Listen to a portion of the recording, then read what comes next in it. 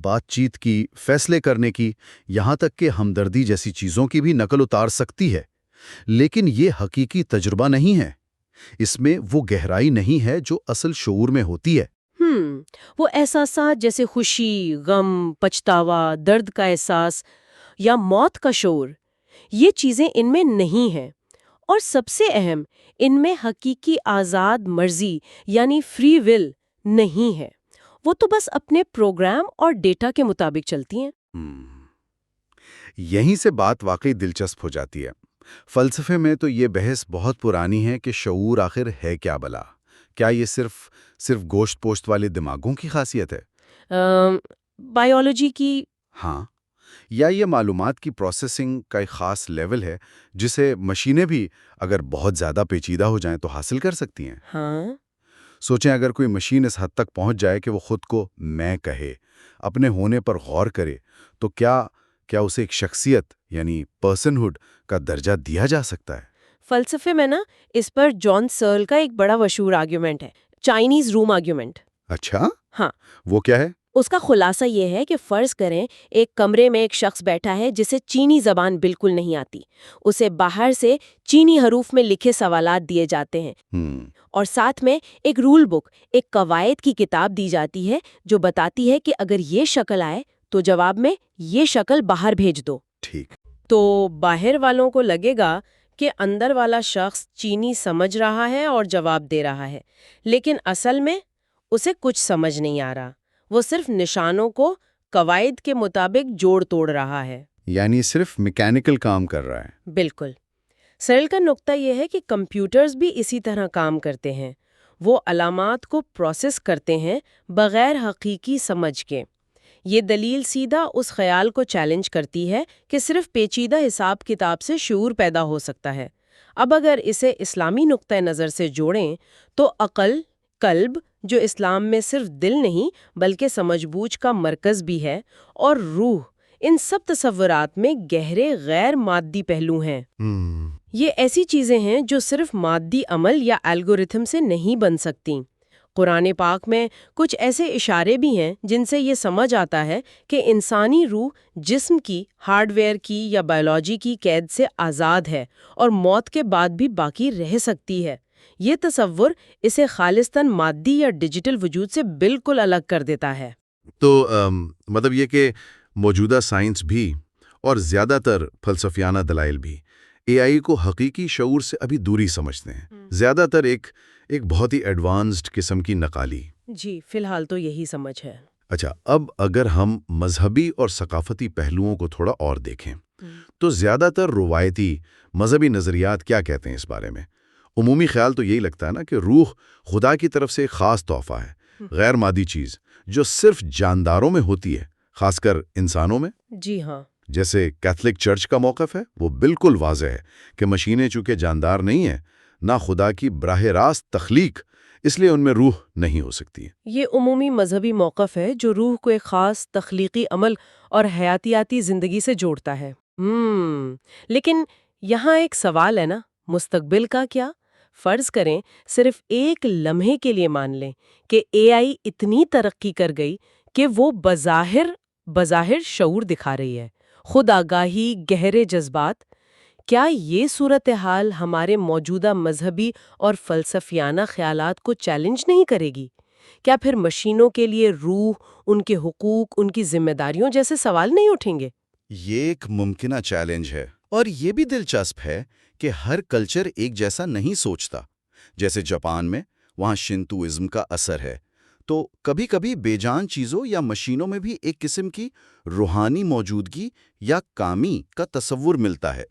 وہاں انسان اور ٹیکنالوجی کا رشتہ شاید مغرب سے کچھ الگ ہے۔ بالکل، ثقافتی فرق بہت اہم ہے، لیکن اگر ہم اسے بڑی تصویر سے جوڑیں تو اسلامی نقطہ نظر، جیسا ہم نے پہلے بات کی، اس معاملے میں کافی واضح اور مستقل ہے۔ قرآن و سنت کی روشنی میں روح ایک خدائی تحفہ ہے، ایک غیر مادی جوہر۔ مشینیں جو مکمل طور پر انسان کی بنائی ہوئی ہیں، مادی چیزوں سے بنی ہیں اور پروگرامنگ کی پابند ہیں، وہ اس تعریف پر پورا نہیں اترتیں۔ ٹھیک۔ ایک اور اہم بات یہ ہے کہ ذہن کا کمپیوٹیشنل نظریہ، یعنی یہ خیال کہ انسانی ذہن بس ایک بہت پیچیدہ بائیولوجیکل کمپیوٹر ہے، یہ نظریہ اسلام کے روح اور ذہن کے تصور سے سیدھا ٹکراتا ہے۔ کیونکہ اسلامی تصور ذہن اور شعور کو صرف مادے کا نتیجہ نہیں مانتا۔ بالکل، اسلام جاندار مخلوقات جن میں اللہ نے روح پھونکی ہے اور بے جان اشیاء یا انسان کی بنائی ہوئی مشینوں میں ایک بنیادی فرق رکھتا ہے۔ لہٰذا اسلامی تعلیمات اور روح کی ہماری موجودہ سمجھ کی بنیاد پر روبوٹس روح کے حامل نہیں ہو سکتے۔ وہ مکمل طور پر مادی اور تخلیق شدہ نظام ہیں۔ یہ اسلامی فریم ورک کے لحاظ سے ایک بہت واضح پوزیشن ہے، لیکن چلیں ایک لمحے کے لیے سوچتے ہیں، چاہے یہ کتنا ہی دور کا امکان کیوں نہ لگے کہ مشینیں واقعی شعور یا آزاد مرضی حاصل کر لیتی ہیں، تو پھر اس کے اخلاقی اور معاشرتی نتائج کیا ہوں گے؟ یہ سوالات تو دماغ گھما دیتے ہیں۔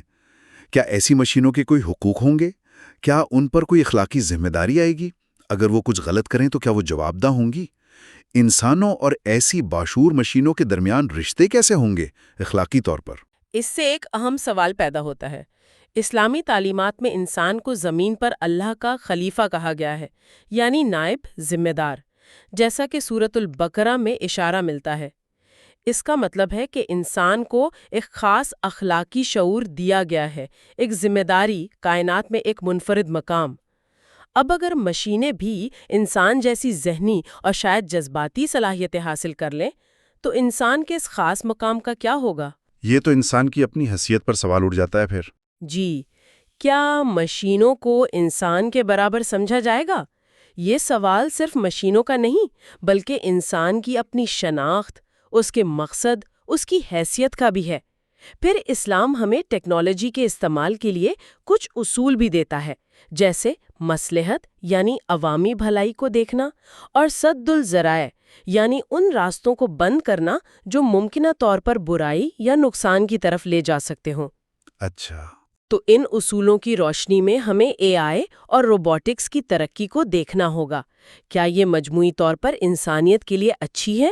اس کے ممکنہ خطرات کیا ہیں اور ان سے بچنے کے لیے کیا اخلاقی حدیں ہونی چاہیے؟ یہ واقعی بہت گہری سوچ کے نکات ہیں جو ٹیکنالوجی کی دوڑ کو اخلاقی اور روحانی اقدار کے ساتھ بیلنس کرنے کی ضرورت پر زور دیتے ہیں۔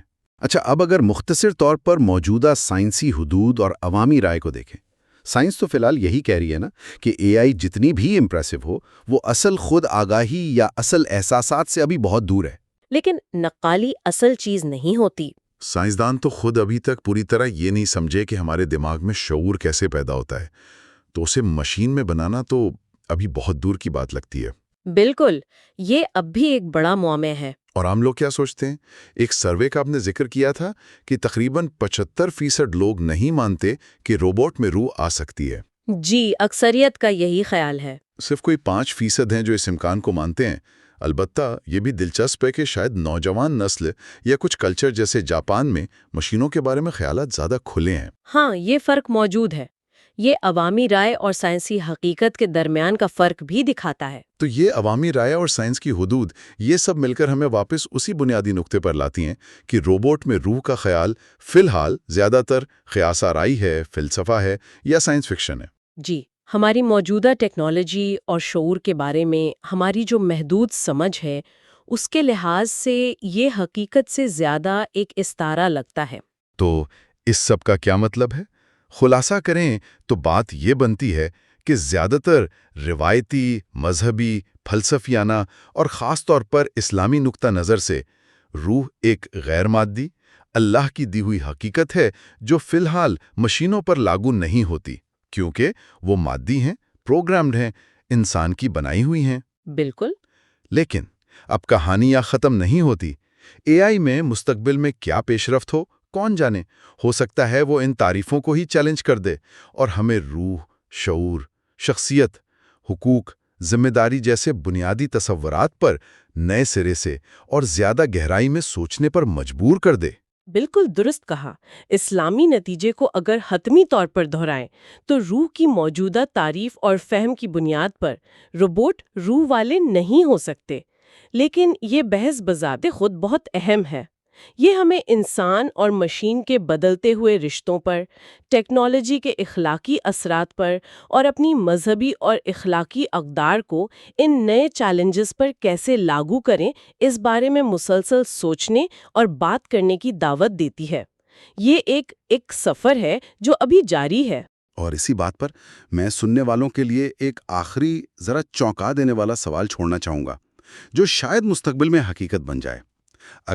اگر کوئی روبوٹ واقعی اس مقام پر پہنچ جائے کہ وہ خود سوچ سکے، محسوس کر سکے اور ایسی خود مختاری دکھائے کہ وہ انسان سے الگ نہ پہچانا جا سکے، تو کیا اس وقت ہمارا جواب بدلے گا؟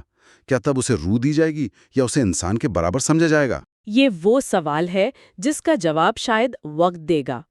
ٹیکنالوجی کی ترقی دے گی اور انسانی فکر کا ارتقا دے گا. اس گہری اور واقعی سوچنے پر مجبور کرنے والی گفتگو میں شامل ہونے کا بہت شکریہ. جانے سے پہلے ایک بار پھر وہی تیز سی یاد دہانی. اگر آپ کو یہ گفتگو اچھی لگی تو اسمارٹ اسکوپ یوٹیوب چینل کو سبسکرائب کرنا، ویڈیو کو لائک کرنا اور دوستوں کے ساتھ شیئر کرنا بالکل نہ بھولیں. اور ہاں، بیل آئیکن بھی دبا دیں. اور نیچے کامنٹس میں اپنی رائے ضرور بتائیں کہ آپ کے خیال میں روبوٹ میں روح آ سکتی ہے؟ کیوں یا کیوں نہیں؟ ہمیں آپ کے خیالات جاننے کا انتظار رہے گا. اللہ تعالی ہمیں توفیق دے کہ ہم علم اور ٹیکنالوجی کو ہمیشہ خیر کے لیے، انسانیت کی بھلائی کے لیے اور اپنی اخلاقی اقدار کی روشنی میں استعمال کریں. آمین. اگلی گفتگو تک کے لیے اجازت دیں. اللہ حافظ. اللہ حافظ.